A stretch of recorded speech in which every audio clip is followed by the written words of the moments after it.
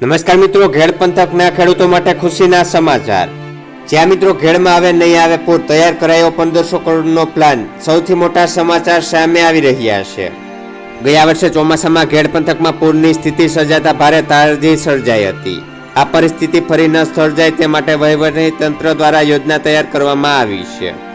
જ્યાં મિત્રો કેન્દ્રીય મંત્રી મનસુખ માંડવિયાએ યોજનાની માહિતી આપતા જણાવ્યું છે કે બજેટમાં ઘેડ પંથકને પ્રશ્નને પ્રાધાન્ય આપવામાં આવ્યું છે, તેમજ પૂર રોકવા માટે 1500 કરોડનો પ્લાન તૈયાર કરવામાં આવ્યો છે, તેમજ 170 કરોડની જોગવાઈ ચાલુ વર્ષે પણ કરી દેવામાં આવી હતી।